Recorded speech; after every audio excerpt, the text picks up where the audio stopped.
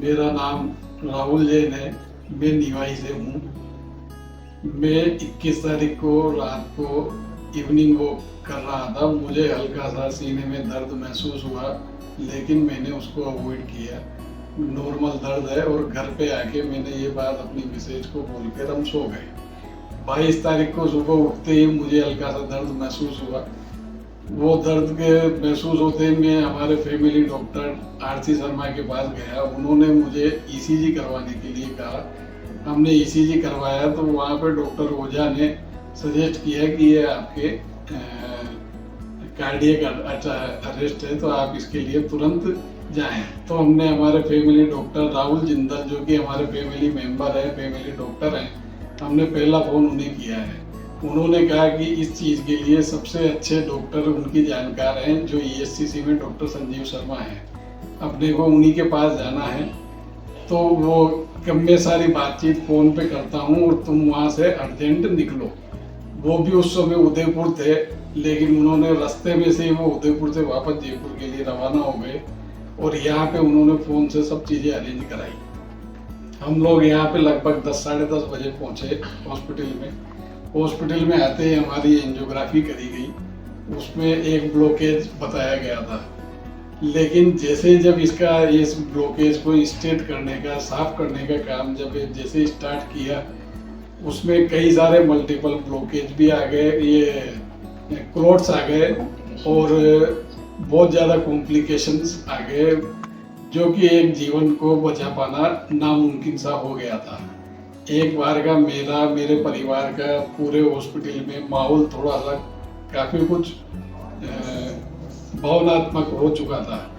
सब लोग भगवान के ऊपर सब छोड़ दिए थे, लेकिन डॉक्टर संजीव शर्मा और उनकी टीम, जो कि एक साथ इनकी टीम भी काफ़ी बड़ी है, कम से कम 10-12-15 लोगों की है, सबने अपने अपने हिसाब से बेस्ट एफर्ट्स करके और काम किया, और विद इन 1-2 मिनट के अंदर इस चीज़ को कंट्रोल किया। और इन्होंने लाइफ सेविंग संबंधित जो भी चीज़ होती है, बलून भी इन्होंने डाला, स्टंट भी डाला, वेंटिलेटर पे भी लिया। ये सब काम करने के बाद पूरे शॉट भी दिए। 24 घंटे के अंदर इन्होंने मुझे वापस मेरी तबीयत को लाइन पे लाने का पूरा प्रयास किया है। आज 3 दिन 4 दिन हो गए, मैं अपने आप को बहुत अच्छा महसूस कर रहा हूँ, और अब मैं घर जा रहा हूँ। मैं और मेरा परिवार पूरे जीवन भर डॉक्टर संजीव शर्मा और उनकी टीम का आभारी रहेंगे। धन्यवाद। नमस्कार। वैसे राहुल जैन 37 साल के हैं और निवाई को बिलोंग करते हैं, और इनकी स्ट्रॉन्ग फैमिली हिस्ट्री रही है। इनके फादर को भी कार्डियक इवेंट हुआ था, और अब वो नहीं है। तो इस एज में, यानी 37 साल की उम्र में अगर मेजर हार्ट अटैक आए, तो ये इस बात का सूचक है कि वो जो जेनेटिक्स है वो नेक्स्ट फैमिली में रन कर रही है। इनको मेजर हार्ट अटैक, यानी हार्ट की जो मेन नाड़ी होती है उससे अटैक आया था, एलईडी जिसको कहते हैं, और इसका पता हुआ कोई ईसीजी एको से लगता है। कैथर में जब हमने इनकी एंजियोग्राफी करी, तो जो एलईडी में काफ़ी टाइट है, 95% ब्लॉकेज थ्रोम्बस के साथ में था। जब उस मेन नस यानी एलईडी की एंजियोप्लास्टी की जा रही थी, उस दौरान हमने देखा कि जो राइट वाली नस है वो भी कोलेटर के द्वारा फिल होनी शुरू हुई है। वो इस बात का सूचक है कि इनकी दूसरी नाड़ी में भी अभी एक्यूट ब्लॉकेज आया है। तो ऐसी स्थिति में, क्योंकि हार्ट की मेन एलईडी की हम ब्लॉकेज क्लियर कर रहे हैं, दूसरी नाड़ी भी बंद हो गई है, जो कि सेकंड मेजर नस मानी जाती है, तो इनका हार्ट काफ़ी कॉम्प्रोमाइज हो गया। हार्ट की पंपिंग कम हो गई, धड़कन अनियमित हो गई, क्योंकि इलेक्ट्रिकल इंस्टेबिलिटी होती है जब भी हार्ट की दोनों नाड़ियाँ बंद हो जाए। तो ऐसे में हार्ट की जो धड़कन अनियमित होने को वेंट्रिकुलर टैकीकार्डिया या फिब्रिलेशन, धड़कन बहुत फास्ट इरेगुलर और कार्डियक अरेस्ट बोल देते हैं। तो ऐसे में हमने इमीडिएटली इनको कार्डियोवर्ट किया, यानी जो इलेक्ट्रिक शॉक देते हैं, मल्टीपल शॉक देने पड़े। शॉक दिया, फिर धड़कन अनियमित हो गई, काफ़ी तेज हो गई, जिससे बीपी गिर जाता है। फिर शॉक किया, फिर हो गई, फिर शॉक किया।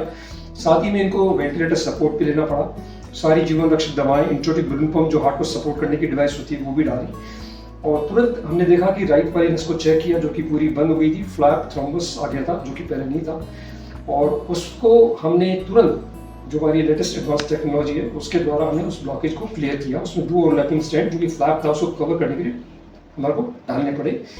और ये सारा प्रोसीजर हमने इमेजिंग गाइडेंस जो हमारी सबसे एडवांस्ड इमेजिंग है इंट्रावास्कुलर अल्ट्रासाउंड, उससे हमने पूरा स्कैन किया ताकि स्टेंट को पूरे प्रॉपर्ली एक्सपैंड कर सकें। इस प्रोसेस के दौरान और भी बहुत सारे चैलेंजेस रहे। जब हम राइट की ओपन कर रहे थे तो मालूम पड़ा कि जो लेफ्ट इनस में क्लॉट बनना वापस शुरू हो गया। फिर क्लॉट को सक्शन किया एंड उसको फर्दर ऑप्टिमाइज किया। उसको भी हमने इमेजिंग गाइडेंस में इंट्रावास्कुलर अल्ट्रासाउंड में किया। ब्लड थिनर की डोज भी बढ़ानी पड़ी।